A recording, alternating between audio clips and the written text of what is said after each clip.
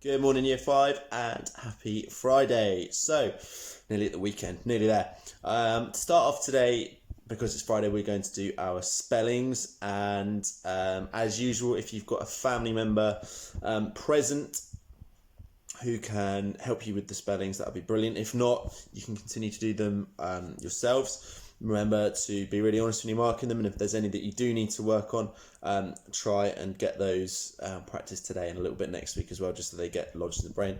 Spelling sentences, look, say, cover, right, check, all that sort of thing. Once you've done your spellings, if you hop back onto this video, we've got a couple of grammar things we're going to do today before we move on to a new unit of work on Monday, which we're looking forward to. So pause this video now, jump onto the spellings, and then come back here and I'll talk you through the grammar bits and bobs we are doing today.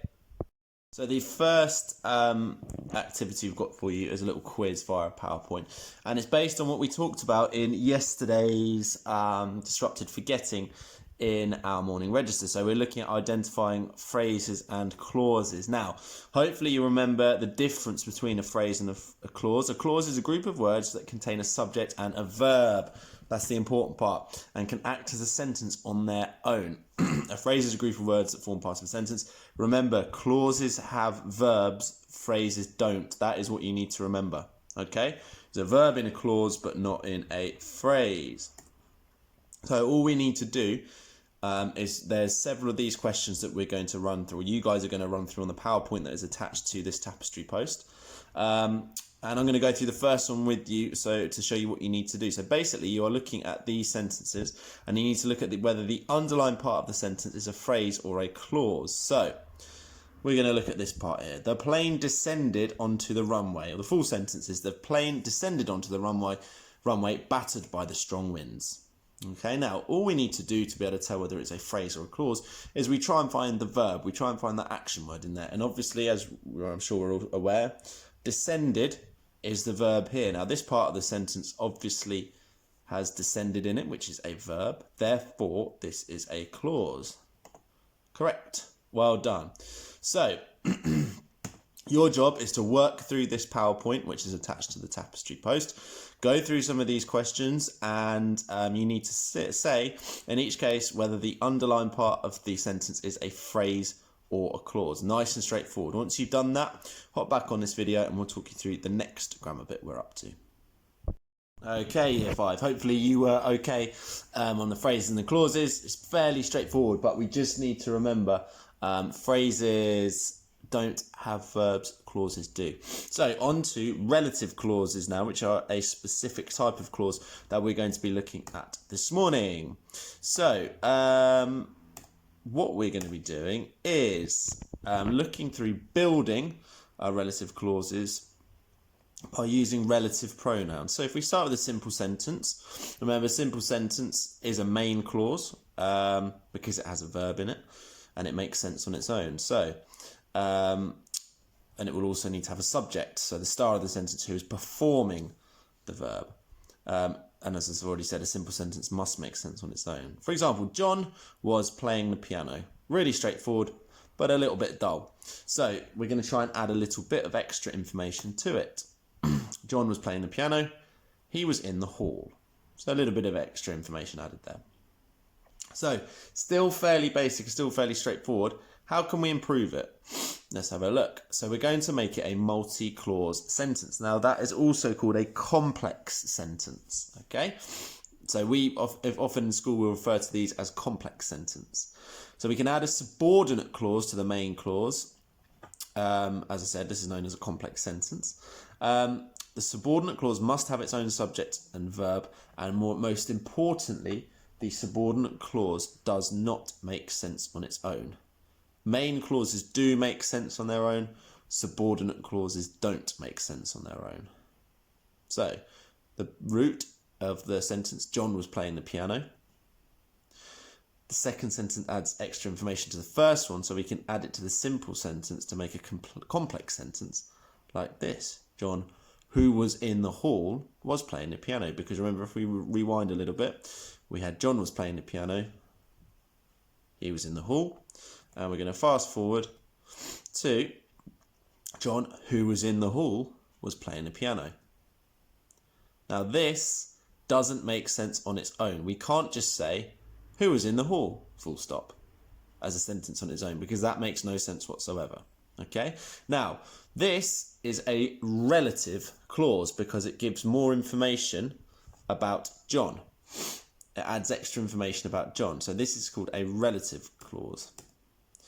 So, yes, as I said, it gives extra information about the noun in the main clause. John is the noun in the main clause. And this relative clause gives extra information about John and tells us where he is.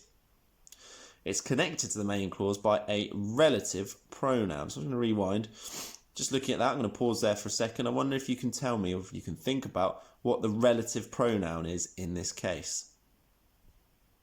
Have a think. What would the relative pronoun be in that underlined sentence? What might it be?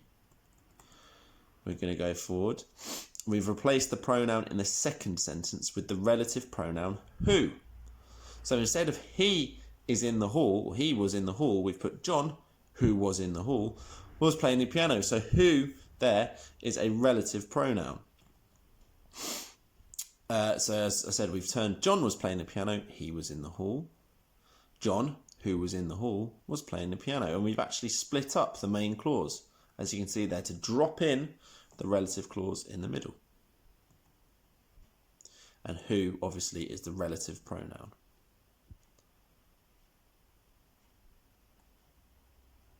So some other relative clauses we could add to the sentence. John, whose hair flopped as he moved his arms, was playing the piano. John, who had just eaten a light lunch, was playing the piano. There's a couple of examples there. Now, relative clauses will start with relative pronouns. Okay? And some of these are, well, all of these are relative pronoun. That, who, which, whose, and whom. So we've got three who ones. Who's, whom, who, whose, whom. And then we've got that and which. So they're the five main relative pronouns that we need to remember. So where is actually a relative adverb, but it is used in exactly the same way as a relative pronoun. So it will still be a relative clause if you start it off with where.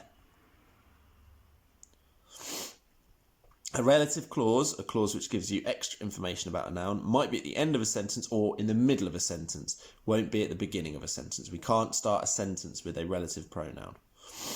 For example, I ran quickly towards the oak tree, which had stood in that spot for hundreds of years, which there being the relative pronoun.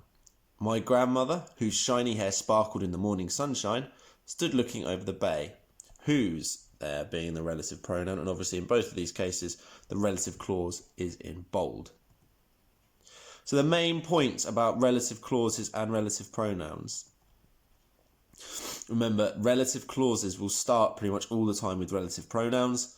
They can go in the middle or at the end of a sentence. They can't go at the start. And they don't make sense on their own. And their recap, the five main relative pronouns are that, who, which, whose, and whom. So these will be the five generally that will start off your relative clauses. Remember, where is a relative adverb, but it still works in the same way. Relative clauses add information to a sentence using relative pronouns. A relative pronoun is usually seen in a sentence at the beginning of a relative clause. Relative clause functions as an adjective modifying nouns and pronouns, just giving that extra information. A relative clause starts with either a relative adverb, where, or a relative pronoun, that, who, whom, whose, and which. And so we've got some examples here of sentences containing relative clauses which start with relative pronouns. I'm not going to go through all of these now with you because I'm going to let you guys have a go at that in your own time, because this PowerPoint is available on Tapestry, on the Tapestry post. So have a look through and you can go through these and identify all of the relative clauses. There's several sentences here given as examples. Now, your task after that is to do the following. First of all,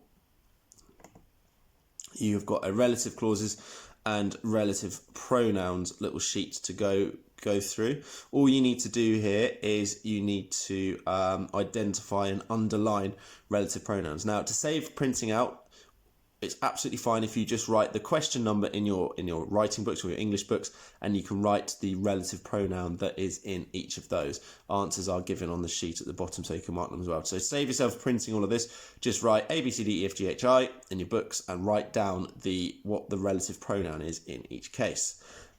Your second activity here, a little bit trickier. We are now spotting the relative clauses, and you've got how many have we got? 1, 2, 3, 4, 5, 6, 7, 8 sentences where you need to identify the clauses. Now, again, to save yourself from printing lots and lots, if you want to, you can write these sentences out in your books and highlight the main clauses in one colour and the relative clauses in another colour. Okay, that is your job. And there's a little challenge on this sheet as well to rewrite the multi-clause sentence shown in A above, in H above, not A, I beg your pardon, I can't read. So to rewrite the multi-clause sentence in H, break it down into 2 simple sentences. And you need to take out the relative pronoun and put back the noun or pronoun it replaced. So there's an example there as well. So it's almost like you're doing the opposite then. You are putting... you're taking out relative clause and putting it back to how it was. And then finally, we've got a little challenge if you fancy it as well at the end, just a little extension task if you get onto it. There's a sentence here, a simple sentence. Australia is a very large country, and it's been improved with a relative clause. Australia is a very large country which has dangerous spiders. Now, there are the 5 relative pronouns there, and what you need to do is you need to try and explain which you can use and which you can't use in this context of talking about Australia and why. Okay, there'll be some relative pronouns that you can use and some that you can't, and why. And again, you can do that in your English books to save yourselves printing lots and lots of things. Okay, so as always, year 5, anything you're not sure about, anything you're unhappy with or need a bit of extra support with, absolutely fine. Just drop us a message on Tapestry, and we look forward to seeing your work later.